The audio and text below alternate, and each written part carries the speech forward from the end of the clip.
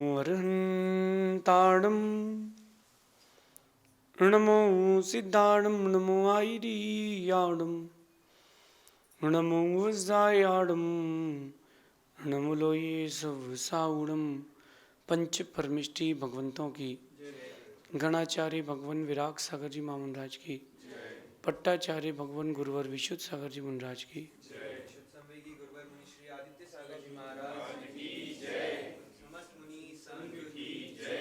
या हम सभी अपने जीवन में सुख और गुणों की अभिवृद्धि के लिए नीति के विषयों का श्रवण कर रहे हैं। हमारी आत्मा, या आपकी भाषा में कहें तो हमारा मन, अनंत ऊर्जा का भंडार है। हमारे पास अनंत शक्तियां संग्रहित हैं, लेकिन अनंत शक्ति और अनंत ऊर्जा का संग्रह होने के बाद भी हम अपने जीवन में छोटी छोटी चीज़ों से व्यथित हो जाते हैं। इसका कारण हमारे अंदर की कमजोरी है, एकाग्रता की कमजोरी है। एक सोच का फर्क पड़ता है। आपकी जैसी सोच होगी, जैसा नज़रिया होगा, वैसे आपकी ऊर्जा काम करेगी। एक पुरानी घटना मैंने सुनी थी।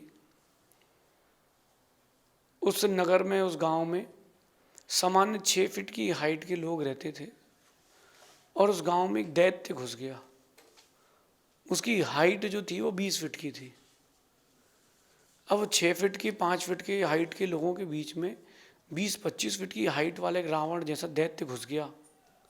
अब वो बहुत परेशान, सब डर डर के भागे। एक व्यक्ति कहता, तुम उससे डर क्यों रहे हो? तुम उससे डर क्यों रहे हो? वो कहते कि भाई इतना बड़ा आदमी है, हम लोगों को खा जाएगा, हम लोग बचेंगे ही नहीं। अरे बोले नज़रिया बदलो, ये क्यों सोच रहे हो कि इतना बड़ा है तुमको खा जाएगा? ये सोचो कि बड़ा है तो निशाना सही लगेगा। वो जो व्यक्ति था जिसने ये बात कही, उसका नज़रिया कुछ और था। उसका नज़रिया पॉजिटिव का था, उसका नज़रिया केवल लक्ष्य का था, तो उसने ऐसी बात कही। आप लोगों के साथ भी ये होता है, जब ऊर्जा अपने पास असीम है तो हम उस असीम ऊर्जा का प्रयोग क्यों नहीं कर पाते? हम निमित्तों से बड़ी जल्दी प्रभावित हो जाते हैं, और वो निमित्तों से प्रभावित हो जाते हैं तो हम अपनी शक्ति को भूल जाते हैं। हिंदू दर्शन से कथा कहता हूँ। जब हनुमान के पास सब गए कि जाइए आप सीता जी को लेकर के आइए, तो बोले मेरे पास कोई शक्ति नहीं है, मैं कैसे जाऊंगा? मैं आकाश में उड़ ही नहीं सकता हूँ, मेरे पास तो कोई शक्ति नहीं है। हिंदू दर्शन से कह रहा हूँ, ध्यान से सुनना आप। तो बोले कि नहीं तुम उड़ सकते हो। हनुमान बोले मैं उड़ ही नहीं सकता हूँ, मैं उड़ ही नहीं सकता हूँ। एक बार मैंने सूर्य को खाने का प्रयास किया था, उसके बाद से मैं उड़ ही नहीं पाया हूँ। उनको बोला गया, प्रेरणा दी गई कि आप उड़ सकते हो। और राम ने जैसे ही ट्राई किया, हनुमान ने जैसे ही ट्राई किया, और वो आकाश में उड़ गए। शक्ति तो थी, अभिव्यक्ति करने की शक्ति नहीं थी, शक्ति तो थी। आप लोगों के पास भी अनंत ऊर्जा है, लेकिन आप उसकी अभिव्यक्ति नहीं कर पाते हो। कोई ना कोई निमित्त ऐसा मिलता है, उस निमित्त के आश्रित होकर बैठ जाते हो। दूध कितना ही मोटा या गाढ़ा क्यों ना हो, दूध कितना ही गाढ़ा क्यों ना हो, आप उसमें 2 चुटकी इलायची डालना और उसको फेंटना, दूध पतला हो जाएगा। गाढ़ा दूध भी पतला हो जाएगा इलायची के प्रभाव से। सिर्फ इलायची डालना और अच्छा 7, 5, 7, 10 बार उसको फेंटना, दूध पतला हो जाएगा। दूध में तो गाढ़े होने की शक्ति थी, इलायची में पतला करने की शक्ति थी। इलायची का निमित्त मिल गया इसलिए दूध पतला हो गया। ऐसे ही बहुत सारे निमित्त आपकी लाइफ में आते हैं, उन निमित्तों से आप आकर्षित होते हो, और निमित्तों से आकर्षित होकर के आप हार जाते हो।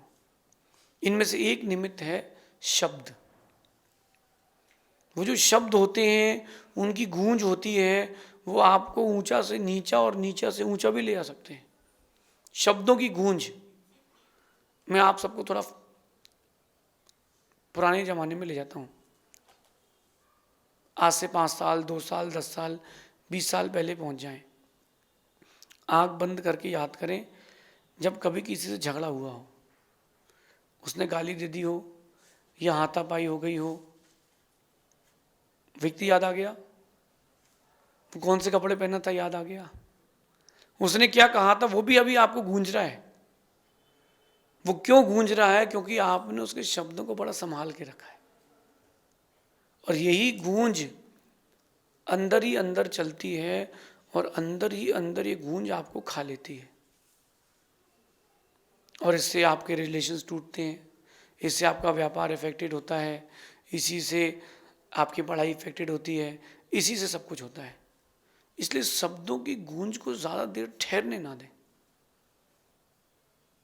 कभी कुएं में जाकर के इको करके देखना आप, या किसी पहाड़ में खड़े होकर के आवाज़ को इको करना आप, वो आवाज़ जाती है, लौट कर आती है और ख़त्म हो जाती है, लेकिन आवाज़ तो ख़त्म हो गई है, वो शब्द अंदर अंदर गूंज रहे हैं। वो जो शब्द अंदर अंदर गूंज रहे हैं वो आपको असफल कर देंगे। अगर शब्द आपने वो नेगेटिव गूंज रहे हैं तो, आपके अंदर अगर वो शब्द नेगेटिविटी की गूंज रहे हैं तो, शब्दों की गूंज दो प्रकार की है, एक वो गूंज जो आपके अंदर ऊर्जा भर रही है, और एक वो गूंज जो इलायची की तरह आपके ऊर्जा को पतला कर रही है, खत्म कर रही है। ट्राई करें, आज से ओम डिलीटाय नमः का प्रयोग ट्राई करें। शब्दों की गूंज को चलने ही मत दो, ठहरने ही मत दो। अब सेकंड स्टेप क्या आता है? तो जिसने मेरे साथ बुरा किया था क्या उसे भूल जाएं? क्या उसको ऐसे ही छोड़ दें? उसने गलत किया था तो उसको सबक तो सिखाना पड़ेगा। बस तुम उसको सबक सिखाने में लगे रहना, जीवन का सबक कभी नहीं सीख पाओगे। तुम अपनी रेस के लिए क्या कर रहे हो? मैं आप लोगों से कह रहा हूं कि आप अपनी रेस के लिए क्या कर रहे हैं? मैं उससे बदला लूंगा, मैं उसको समझाऊंगा, मैं उसको सिखाऊंगा, इन्हीं चीजों में लगे हो, तो आप अपने लिए क्या कर रहे हो?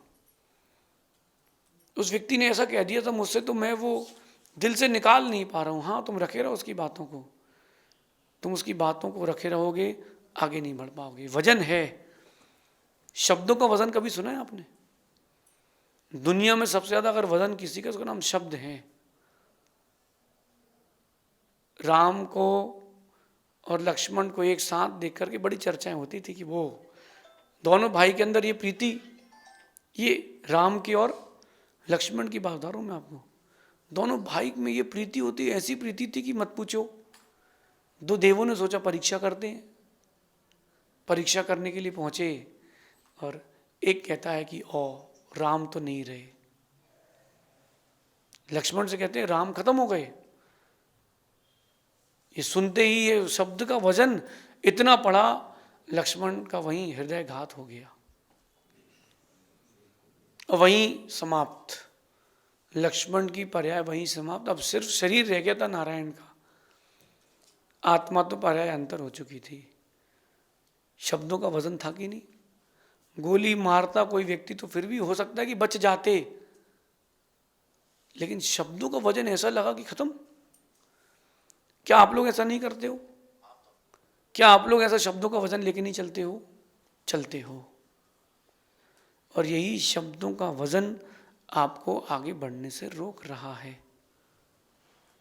कभी प्रयास करना खाली हाथ दौड़ने का, और कभी प्रयास करना हाथ में वजन लेके दौड़ने का। खाली हाथ दौड़ोगे तो स्पीड बढ़ती है, और कपड़े जितने रिलैक्स होंगे उतनी स्पीड बढ़ती है। शब्दों का वजन आपको बांध के रखता है। आप देखो, शब्दों के कोई दांत नहीं होते, लेकिन शब्दों ने जब जब आपको काटा है, उसका घाव बना है, तो निकला नहीं अभी तक वो घाव, क्योंकि आपने उन शब्दों को अपना मान के रख लिया है। आज से नया प्रैक्टिकल करें, शब्दों की गूंज को चलने ही ना दें। ओम डिलीटाय नमः। एक छोटी सी बात करता हूं आपको कि एक व्यक्ति ने आपसे कुछ कह दिया, तो जैसे ही उसने कह दिया, आपके माइंड में वही वही बात चलती कि इसने मेरे लिए ऐसा क्यों कह दिया। इसने बोल दिया कि तू यार ढोंगी ढोंगी धर्मात्मा है, बस तो आपके दिमाग में सेट हो गया कि मैं ढोंगी धर्मात्मा हूं। तो उसके शब्दों की गूंज ऐसी चलती है आपके अंदर। क्या पता है आपको दुनिया में आपके बारे में कितने लोग क्या क्या बातें करते हैं? शब्द तो आपने एक ही के सुने हैं ना, आपने शब्द तो एक ही सुने हैं ना। बाकी जो हजारों लोग आपको देख रहे हैं, आपसे इंटरेक्शन कर रहे हैं, कांटेक्ट में, रिलेशंस में हैं, वो भी तो आपके बारे में बोलते हैं, सोचते हैं। सबका सुन लोगे तो क्या होगा? आपने दूसरे के शब्दों को अपना माना, वहीं से दुख प्रारंभ है। मैं बहुत प्रैक्टिकल हूँ लाइफ में। कार्यक्रम होता है, संगीतकार आते हैं, वो बढ़िया 4 लाइन का मुक्तक सुनाते हैं, और ऐसा जो स्टेज पर बैठा है साधु, उसको ऐसा बताते हैं कि you are top of the world, आपसे बड़ा कोई साधु नहीं दुनिया में, आप तो पंचम काल के भगवान हैं। वो ऐसा 4 लाइन के माध्यम से कहते हैं, लेकिन मुझे पता है कि उस लाइन में से मेरा नाम बदल के दूसरे के पास जाएंगे तो दूसरा नाम वो जोड़ देंगे। ये शब्दों की खुशामदी है, भावों की नहीं है। एक व्यक्ति अपने घर की बिल्डिंग से नीचे उतरा और एक गरीब उससे कहता है, बाबूजी आपका बहुत बहुत धन्यवाद, आपने कल हमारे लिए व्यवस्था कर दी साल भर के गेहूं दाल चावल की, आप तो भगवान हैं हमारे लिए। वो मंदिर जा रहा था, वो द्रव्य लिया था, तो उसकी जो छाती थी वो तो 56 की या 550 इंच की हो गई कि मैं भगवान हूँ, मैं लोगों की कितनी मदद करता हूँ, मैं तो अच्छा आदमी हूँ। दिन भर वो क्या सोचता रहा कि मैं अच्छा आदमी हूँ। अगले दिन नीचे उतरा, एक व्यक्ति उससे कहता, तुम्हारे दुकान से सामान ले गए थे, खराब निकल गया, तुम लोगों को लूटते हो, तुम चोर हो, डकैत हो। और दिन भर उसके दिमाग में क्या चलता रहा कि मैं चोर हूं, डकैत हूं। उस व्यक्ति को देखना और अपने आप को देखना और खुद से कहना कि तुम ऐसे ही जी रहे हो, तुम ऐसे ही जी रहे हो। मैं आप लोगों से कह रहा हूं, आप ऐसे ही जी रहे हो। किसी ने प्रशंसा कर दी, हाँ हाँ हाँ मैं बहुत अच्छा हूं। किसी ने निंदा कर दी, हो मैं तो बहुत बुरा हूं। शब्द दूसरे के हैं, आपके नहीं हैं। जैन दर्शन से बोलूं तो शब्द पौद्गलिक हैं। शब्द क्या है? शब्द पौद्गलिक हैं, इनसे मेरा कोई संबंध नहीं, हम क्यों विकल्प करें? हम शब्दों की गूंज से बचना सीखें। एक गूंज अंदर से निकलती जो आप बहुत कम सुन पाते हो। आप देखना, काम बिगड़ने के बाद आपके मन में एक बात आती है कि अरे ये ऑप्शन दिमाग में आया था, अपन ले नहीं पाए। हुआ आप लोगों के साथ कि जब एग्जामिनेशन हॉल में बैठे हो कि 2 नंबर का टिक करना है कि 3 नंबर का, अपन 2 नंबर टिक करेगा, अंदर से कहते नहीं यार 3 वाला सही है। और जब आप बाहर आते हो, रीचेक करते हो, तो अंदर की गूंज आती है, यार देख मैंने कहा था 3 नंबर सही था। होता कि नहीं? तो वो अंदर की गूंज क्यों नहीं सुन पा रहे हो? क्योंकि आप, हर किसी के पास सेंस है, 6th सेंस भी हर किसी के पास है, बस वो उसकी पर्दा हटाना पड़ेगा उसको। तो वो अपनी गूंज जो चलती है ना, अंदर की गूंज आती है, एक अंदर की पॉजिटिव गूंज, वो आप क्यों नहीं सुन पाते हो? क्योंकि आप बाहर की गूंजों में लगे हो, आप एक्सटर्नल में हो, इसलिए इंटरनल आवाज़ नहीं आ रही। कभी टॉकीज में गए हो, पुरानी टॉकीजों में फिल्म देखने के लिए, याद है? तो क्या होता था, वो जैसे कोई सीटी मारे, ताली बजाए या पीछे वाला बात करे, तो आप कहते भाई साहब यार टॉकीज में बात नहीं करो यार, प्लीज़ यार, कुछ सुन नहीं पाए, क्या हुआ? सही है ना? या कोई बहुत तेज सीटी बजे, ताली बजे, तो एकदम से वो डायलॉग निकल जाता है फिल्म का। जब कभी दोबारा वो फिल्म देखो तो लगता है अरे अपन ये डायलॉग छूट गया था। आप लोगों के साथ ही हो रहा है। वो जो गूंज दूसरों के शब्दों की चल रही है, वो गूंज आपको अपनी गूंज सुनने नहीं दे रही है।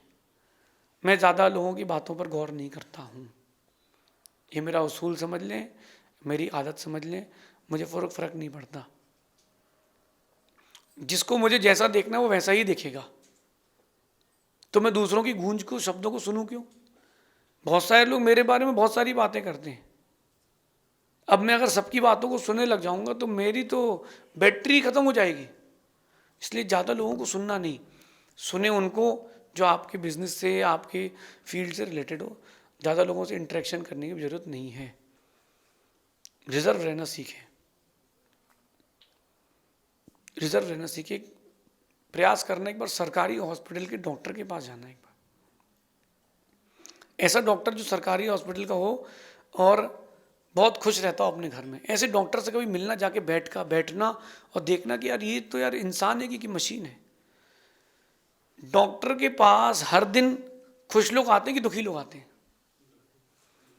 अगर 100 लोग मिलेंगे डॉक्टर से तो 100 लोग दुखी ही मिलेंगे। डॉक्टर को पता जब भी फोन बजेगा तो यही बजेगा कि फलाने का बीमार हो गया, क्या करना है। डॉक्टर को कभी कोई गुड न्यूज़ नहीं मिलती, सर ऐसा हो गया। रिलेटिव भी फोन करेंगे तो इसलिए करेंगे इस डॉक्टर को दिखाएं कि उस डॉक्टर को दिखाएं। सो डॉक्टर के पास कभी भी कोई पॉजिटिव न्यूज़ नहीं आती। और बीमार लोग ऐसे आते कि आज मरा कि कल मरा, कई बार तो ये होता है कि डॉक्टर ऐसा हाथ पकड़ा है और उसने बोला कि वो इसको एक काम करिए, अपन देखते थोड़ा नस नब्ज जा रही हो। अब आप सोचो किसी का हाथ पकड़ा और वो मर जाए, आपके साथ हो जाए, 2 दिन नींद नहीं आएगी। कोई कबूतर आपके हाथ में हो, आपके हाथ में ही मर जाए तो 2 दिन नींद नहीं आएगी, अरे कबूतर तो मेरे हाथ में ही मर गया था। तो डॉक्टर के सामने से कई लोग निकलते हैं, फिर भी वो डॉक्टर जो है वो कितना पॉजिटिव रहता है। क्यों रहता है? वो हॉस्पिटल को हॉस्पिटल में छोड़ के आता है। कम से कम वो सरकारी हॉस्पिटल के डॉक्टर से एक बात सीख लो, वो हॉस्पिटल को हॉस्पिटल में छोड़ के आता है। अगर वो रात को पेशेंट मर गया तो मैं क्या कर सकता हूँ? मैंने तो यही ट्राई किया था ना कि वो बच जाए, लेकिन अब वो मर गया तो मैं क्या कर सकता हूँ? ये अंदर उसको इतना हार्ड बनना पड़ेगा। आपको लाइफ में प्रॉफिट हो, लॉस हो, मार्क्स अच्छे आ जाए, खराब आ जाए, ठीक है, अब आगे अच्छा खराब हो गया, हम क्या करें? मर थोड़ा ना जाएंगे किसी के लिए। सुबह मैंने कहा था कि करियर ज़्यादा इंपॉर्टेंट नहीं है, हमारी लाइफ ज़्यादा इंपॉर्टेंट है। डिग्री ज़्यादा ज़रूरी नहीं है, मैं ज़्यादा ज़रूरी हूँ, सबसे कीमती मैं हूँ। इसलिए शब्दों की गूंज से जितना हटेंगे शब्दों की गूंज से, उतना ज़्यादा आपको चीज़ें मिलेंगी पास में। अपनी गूंज कब सुन पाओगे? जब आप बाहर के शब्दों की गूंजों को हटा पाओगे। न पैसा बचेगा, न नाम बचेगा, न शोहरत बचेगी, न रिश्ते नाते बचेंगे, न तुम्हारा बनाया हुआ मकान बचेगा, न तुम्हारी गाड़ी बचेगी, न संबंधी बचेंगे। कुछ नहीं बचना है।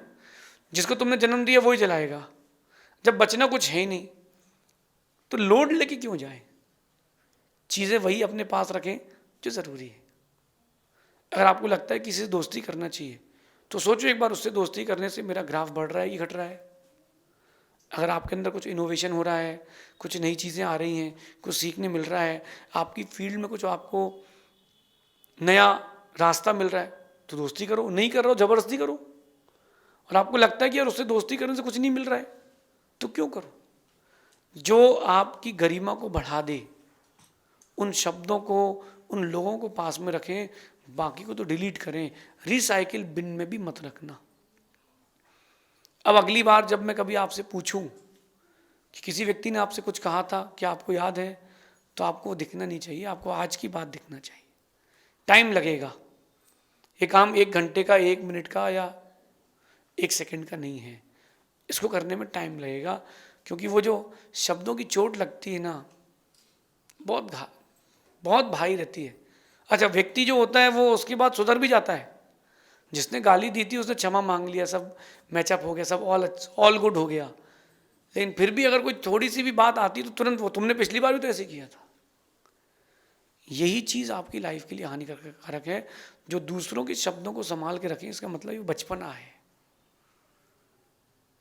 इनोसेंस है, मैं तो कहूँगा न्यू सेंस है। जो दूसरों के शब्दों को संभाल के रखा है, कितना पागल आदमी है। घर साफ करके क्लीन करके रखना चाहिए, कचरे भर के रखा है। क्यों जोड़ रहे हो वो शब्दों को? 2 चीज़ें आपके पास, कांच और हीरा, पास में क्या रखोगे? हर कोई सोच रहा है कांच नहीं रखूँगा, हीरा ही रखूँगा, लेकिन रखते कांच ही हो। आज से अपने माइंडसेट को चेंज करो। शब्दों की गूंज आपके अंदर नहीं रहना चाहिए, खाली रहो, कोई भी गूंज न रहे, तब तुम अपनी गूंज सुन पाओगे। ऐसा चिंतन करना। शेष आगे देखेंगे। भगवान महावीर स्वामी की